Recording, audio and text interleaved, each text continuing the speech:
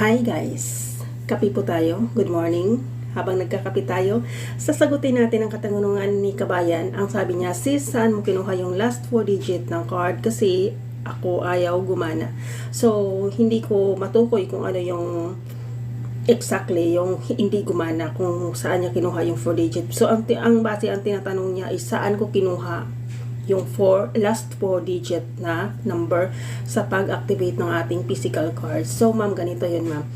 Ang iyong physical card, sa likod po nun, meron kang makikita, nandun nakalagay iyong card number. Okay, nandun nakalagay ang iyong card number at sa baba nun nakalagay doon yung expiry date kung kailan mag-i-expire yung iyong STC card, and then doon din nakalagay yung iyong security number or yung CVV, nandun nakalagay yun. So iingatan mo po yun, hindi po dapat malaman ng iba yun, kasi kung nalaman ng iba yun, pwede nilang gamitin.